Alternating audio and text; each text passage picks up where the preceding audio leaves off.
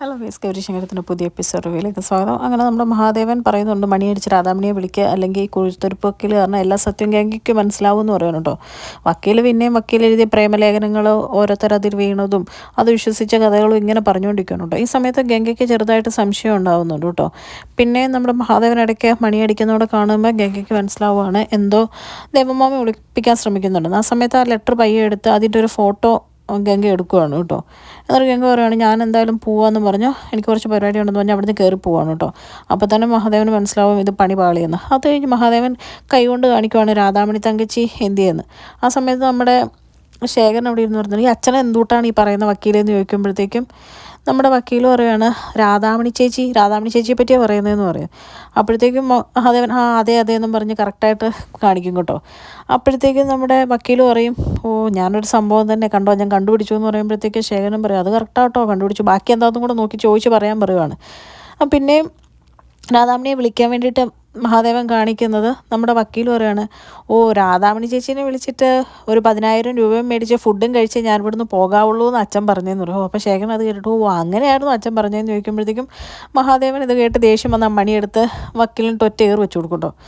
അപ്പോഴത്തേക്കും നമ്മുടെ ശേഖരൻ പറയും അതല്ല ഉദ്ദേശിച്ചതെന്നാണ് തോന്നുന്നതെന്ന് പറയും കേട്ടോ. അപ്പോഴത്തേക്കും നമ്മുടെ വക്കീലും പറയും അതല്ലെന്നാണ് തോന്നുന്നത്, പക്ഷേ ഈ മണി ഇപ്പോൾ തിരിച്ചു കൊടുത്തു കഴിഞ്ഞാൽ പ്രശ്നമാവുമെന്ന് അറിയാവുന്നതുകൊണ്ട് വക്കീൽ അത് എടുത്തിട്ട് ഇങ്ങനെ കൈ പിടിക്കുവാണ് കേട്ടോ.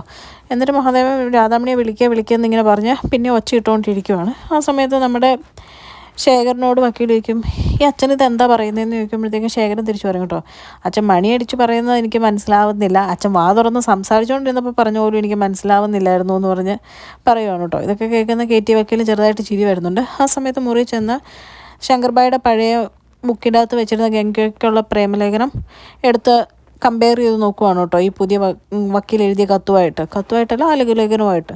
അപ്പോഴത്തേക്കും ഹാൻഡ് റൈറ്റിംഗ് ഒന്നാന്ന് മനസ്സിലാവുകയാണ്. അപ്പോഴത്തേക്കും ഗംഗയ്ക്ക് ഒരുമാതിരി എല്ലാ കാര്യവും മനസ്സിലാവും. എന്നിട്ട് വക്കീൽ എന്തിനാണ് ഇത് ചെയ്തത്, ഇവരാരെയും പറയാണ്ട് ഇത് ചെയ്തില്ല, അപ്പോൾ ഇവർ രാധമായി ദേവമാമ അതിന് കാരണം നമ്മൾ മനസ്സിലാവുകയാണ് കേട്ടോ. ഫുഡ് കഴിക്കാനിരിക്കുമ്പോഴും ഗംഗ ആ ദേഷ്യത്തില്ല, ഫുഡൊന്നും കഴിക്കുന്നില്ല. അപ്പോഴത്തേക്കും രാധാമണി തങ്കച്ചി പറയുന്നുണ്ട് മോളെ കഴിക്കുക, എന്താ കഴിക്കാണ്ടിരിക്കുന്നതെന്ന് പറയുമ്പോഴത്തേക്കും ചോറിൽ കൈയിട്ടിങ്ങനെ ഇളക്കിയിട്ട് കുറച്ച് കഴിയുമ്പോഴത്തേക്കും ഗംഗ എഴുന്നേറ്റ് പോകും കേട്ടോ. പിന്നെ നമ്മുടെ രാധാമണി തങ്കച്ചി പയ്യെ ഗംഗയെ വിളിക്കാൻ വേണ്ടി പോകുമ്പോഴത്തേക്കും അവിടെയുള്ള കറിയെല്ലാം കൂടെ കൂട്ടി കമല കഴിക്കാൻ വേണ്ടി തുടങ്ങുമ്പോൾ രാധാമണി തങ്കച്ചിക്ക് മനസ്സിലായി എഴുന്നേറ്റ് പോയി കഴിഞ്ഞാൽ ഇനി ഫുഡും കിട്ടുമല്ലോ എന്ന് പറഞ്ഞാൽ പുള്ളിക്കാരി അവിടെ തിരിച്ചു വന്നിരിക്കും. ആ സമയത്ത് മണിയടിച്ച് നമ്മുടെ മഹാദേവൻ ചോദിക്കുന്നുണ്ട് ശങ്കർ എന്തിയെന്ന് ചോദിക്കുമ്പം രാധാമണി തങ്കച്ചി അത് അവൻ എന്നോടൊന്നും പറഞ്ഞിട്ടല്ലോ ഇപ്പോൾ ചെയ്യാറെന്ന് പറഞ്ഞിട്ട് ഇങ്ങനെ ഗൗരിയെ നോക്കുമ്പോഴത്തേക്കും ഗൗരി പറയും ശങ്കർ ആരും അത്യാവശ്യമായിട്ട് കാണാൻ വേണ്ടി പുറത്ത് പോയതാണെന്ന് പറയും കേട്ടോ. അത് കഴിഞ്ഞ് പിന്നെ മണി അടിച്ചിട്ട് മൂത്തവൻ എന്തിയെന്ന് ചോദിക്കും ശേഖരൻ എവിടെയെന്ന്. ആ സമയത്ത് നമ്മുടെ രാധാമണി തങ്കച്ചി പറയും അവനാ എന്നിങ്ങനെ പറയുമ്പോഴത്തേക്കും ഓപ്പോസിറ്റ് കമല ഇരുന്നിങ്ങനെ നോക്കുക അല്ല ആ പ്രാന്തിയല്ല അവനാ പുറത്തേക്കെങ്ങാണ്ട് പോയേക്കുവാ, അവനും ഒപ്പം വരും എന്ന് പറയും കേട്ടോ. ആ സമയത്ത് നമ്മുടെ കമല പറയും നമ്മുടെ അമ്മയ്ക്ക് വട്ട് കൂടി വരുവാന്നാണ് തോന്നുന്നത്, അമ്മേനെ എത്രയും പെട്ടെന്ന് ചികിത്സിച്ചില്ലെങ്കിൽ പണിയാവും കേട്ടോ എന്നൊക്കെ പറയുവാണ് കേട്ടോ. അപ്പോഴത്തേക്കും ഇത് കേട്ടിട്ട് ഗൗരിക്ക് ചെറുതായിട്ട് ചിരി വരുവാണ്, മഹാദേവന് ചിരി വരുവാണ്. പക്ഷെ മഹാദേവന് ചെറിയ പേടിയുണ്ട്, കാരണം കമല കയ്യിൽ ഗ്ലാസും പിടിച്ചുകൊണ്ടായിരിക്കുന്നത്, ഒന്നിയെടുത്ത് തലക്കെട്ടോളം എറിയുമെന്നും പേടിയുണ്ട്. അത് കഴിയുമ്പോഴത്തേക്കും കമല പറയുന്നുണ്ട് നമ്മളെപ്പോലെ 2 മരുമക്കളെ കിട്ടിയത് അമ്മയുടെ ഭാഗ്യമാണ് അല്ല ഗൗരി എന്നിങ്ങനെ ചോദിക്കുമ്പോഴത്തേക്കും നമ്മുടെ രാധാമണി തങ്കച്ചി അവിടെ ഇരുന്ന് പ്രാർത്ഥിക്കും എൻ്റെ പൊന്നു ദൈവമേ ഇതിൽ കൂടുതൽ ഇനി എനിക്ക് എന്ത് വരാനാ, ഇനി ഇവളുമാരെന്നാണോ എനിക്ക് പ്രാന്തിൻ്റെ ഗുളികയും കൂടെ തരാൻ പോകുന്നതെന്ന് പറഞ്ഞ് ഇങ്ങനെ ഇരിക്കുവാണ് കേട്ടോ. അത് കഴിഞ്ഞ് കാണിക്കുന്നത് ഗംഗ എഴുന്നേറ്റ് മുറി പോയതുകൊണ്ട് ഗൗരി പയ്യെ ഗംഗയുടെ അടുത്ത് ചെന്ന് ചോദിക്കുക എന്ത് പറ്റി, താനെന്താ ഒന്നും കഴിക്കാണ്ട് പോകുന്നത്, താനെന്താ പെട്ടിയൊക്കെ പാക്ക് ചെയ്ത് എവിടെ പോകാമെന്ന് ചോദിക്കുമ്പോഴത്തേക്കും ഗംഗ എല്ലാ സത്യങ്ങളും ഗൗരിയോട് പറയുവാണ് കേട്ടോ. KT വക്കീൽ ഇങ്ങനെ കത്ത് എഴുതിയെന്നും ഇങ്ങനൊരു കത്ത് കിട്ടിയെന്നും അതിൻ്റെ പേര് ഞാൻ കുറച്ച് നാളായിട്ട് ഒരു തെറ്റിദ്ധാരണയിലായിരുന്നു ഇവിടെ ജീവിച്ചിരുന്നതെന്നൊക്കെ പറയുവാണ് കേട്ടോ.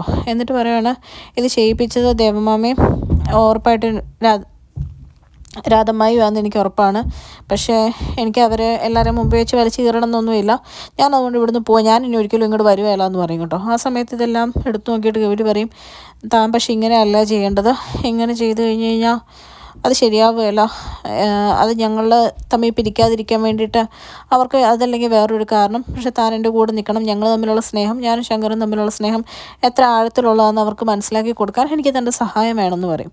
അപ്പോഴത്തേക്കും ഗംഗ ചോദിക്കും എന്നെ ഉപയോഗിച്ച് ഇനി രാധമായിക്കും ദേവമാമയ്ക്കും പണി കൊടുക്കാനാണോ എന്നിങ്ങനെ ചോദിക്കും. എന്നിട്ട് ഗംഗ പറയും അതിനാണെങ്കിൽ ഞാൻ 100% കൂടെ നിൽക്കും, എന്തായാലും ഗൗരി പറഞ്ഞത് കറക്റ്റാണ്, അവർ ചെയ്തത് തീരെ ശരിയായില്ല, അവരെ തിരുത്തണം, ഞാൻ അതിനെന്തായാലും സഹായിക്കും, താൻ എന്താ ചെയ്യേണ്ടതെന്ന് വെച്ചാൽ പറഞ്ഞാൽ പറഞ്ഞാൽ മതി, അതനുസരിച്ച് ഞാൻ കറക്റ്റായിട്ട് തന്നെ സഹായിക്കാം എന്ന് പറയും. അത് കേൾക്കുമ്പോൾ ഗൗരിക്കും സന്തോഷമാവുകയാണ് കേട്ടോ.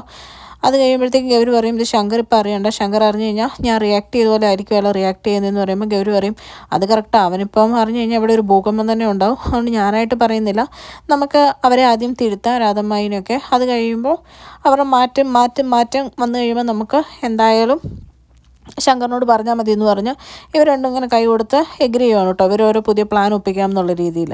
അത്രയും കാണിച്ചുകൊണ്ടാണ് കേട്ടോ ഇന്നത്തെ എപ്പിസോഡ് അവസാനിക്കുന്നത്. ചാനൽ ഇഷ്ടപ്പെട്ട് കഴിഞ്ഞാൽ ലൈക്ക് ചെയ്യാനും സബ്സ്ക്രൈബ് ചെയ്യാനും കമൻറ്റ് ചെയ്യാനും മറക്കരുത്. Thank you.